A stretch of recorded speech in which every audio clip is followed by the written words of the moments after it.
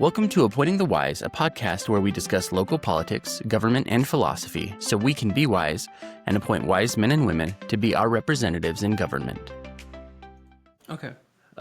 Brigham City's been so small for so long. Still pretty small, apparently. Well, in 1988, Yeah. that's when I graduated high school. That's when I was born. Population of Brigham City was 18,500. Okay. We're in 2025, we barely got to 23,000 people. So in 40 years, we've grown 6,000 people, 7,000 people in 40 years. Mm-hmm. It's easy to think that that's never going to come, never going to happen. Yeah. Back in like early 2020, 2021, the growth actually skipped us, and I don't know why, but it did. It went to Tremont. Tremont grew, I think it was 10% for like 2 or 3 years. For some reason, it skipped us. I don't know why. But to think that we're not going to grow, I don't know.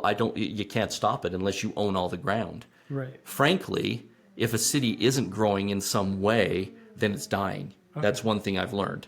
Because what happens is with the infrastructure, it has a lifespan, even schools. Right. Schools, roads, water pipes, sewer pipes.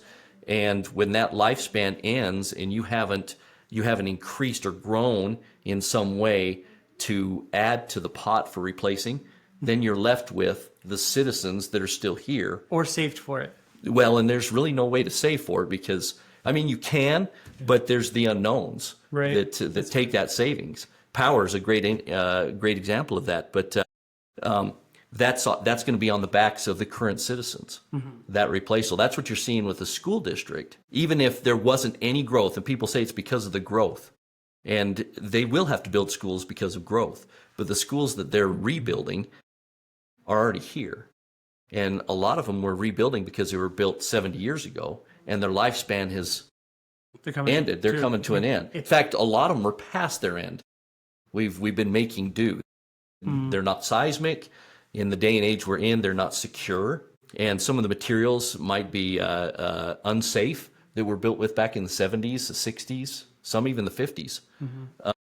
And so if there's no growth, even if there's no growth, those things have to be replaced. And the only way the legislature has given for the school districts, they don't sell a product other than education, and there's no money in that. Yeah. The only way that they can do that is on taxes. So if there is no growth, whether it's businesses or citizens, they have to bear the burden of replacing. So what you want to do, what I want to do, is you want big businesses to come in here. Because Brigham City's positioned in a magnificent way. We have water, we have our own power grid, we have an airport, all of those things that big businesses want. We have ground, and what happens is because we have those things, we have a way to make money by selling water and selling power. Okay. And not just selling power, but we actually, because of our grid, we get to, the state allows each city, even if you don't have a utility, even Rocky Mountain, there's a municipal energy tax that the city gives because you're running energy through that city. Okay. And so you're providing an infrastructure for them. Yeah.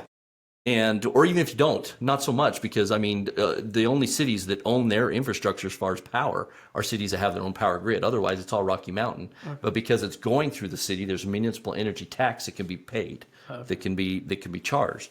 And what that does, like for instance, Niagara, when we brought them into Brigham City, that paid for 4 or 5 new officers on the fees and the what they were buying from Brigham City, the water, the power. Okay. Same with taxes on just what they're consuming. Exactly.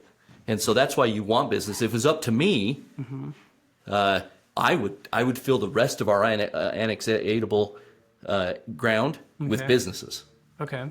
Because they pay more. Right. But you have to have people to support that, right? But they could travel in. Right. They could travel in from Willard, from Perry. But you bring up a good point. That's why I'm not going to, that's why my vision, or the vision's not even a good term, but my thought process has to include some housing. And that's why you see in the future zone, the master plan, that everything west of the highway isn't industrial or commercial. There's residential elements out there as well, because that's what makes a community. But we are leaning hard into industrial and into manufacturing because, one, it does bring good jobs. If we want our kids to be able to stay here once they graduate from high school with good jobs, that's what we're looking for. And we have a requirement of what the pay should be. It's not minimum wage. If they can come in, but if they want like state incentives to come in, then they need to pay more than the county average. That's just Brigham City's. That way our kids stay home.